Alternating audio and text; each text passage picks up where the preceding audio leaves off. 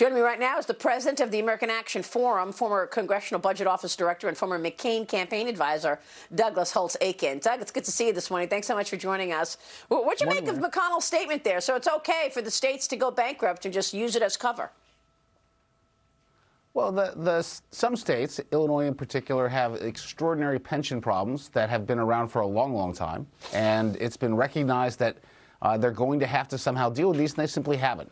It has nothing to do with the pandemic. Certainly states and localities are suffering from the pandemic. You know, the customers went away, the revenue went away for the businesses, but the sales taxes went away too. And with all the unemployment, the income taxes are going away. So there are some legitimate concerns about state and local governments, but borrowing money now to fix these pension problems has nothing to do with the pandemic. This is a problem that the states should take on.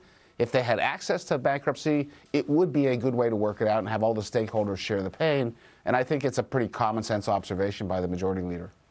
So what do you do, though, in terms of all of this spending, Doug? I mean, Treasury Secretary Stephen Mnuchin said that, quote, we need to spend what it takes to overcome the coronavirus crisis. You know, and now we're talking about the amount of debt that this country faces, $22 trillion, just about the size, even bigger than the size of our economy.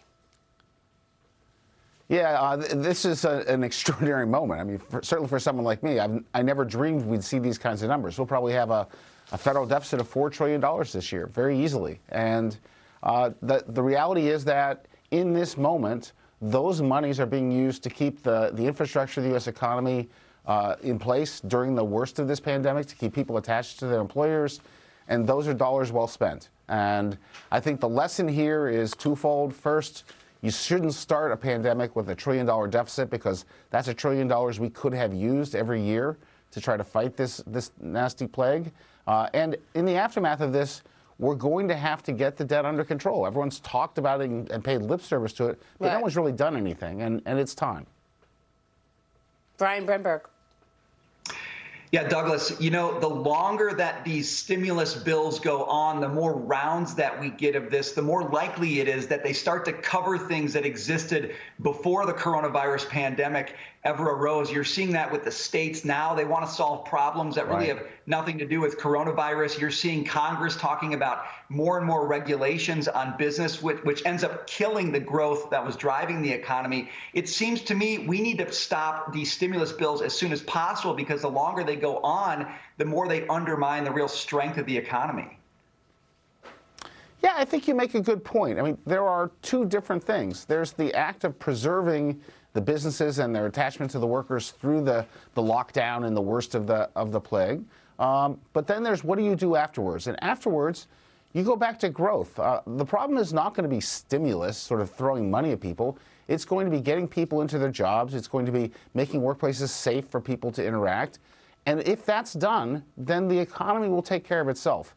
The U.S. economy has weathered enormous headwinds over over 250 years that it's been around. It's become the largest, most powerful economy in the globe for a reason.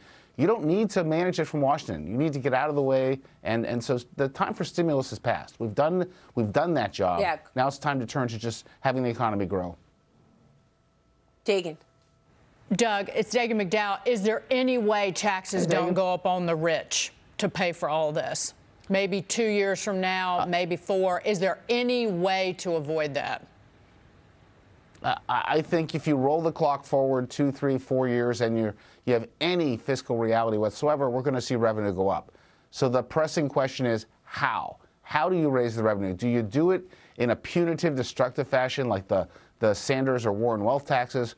Or do you do the things that we have always known are the right way to raise revenue, broaden bases, keep rates low, and let the economy's growth drive the revenue up? I hope we see the latter.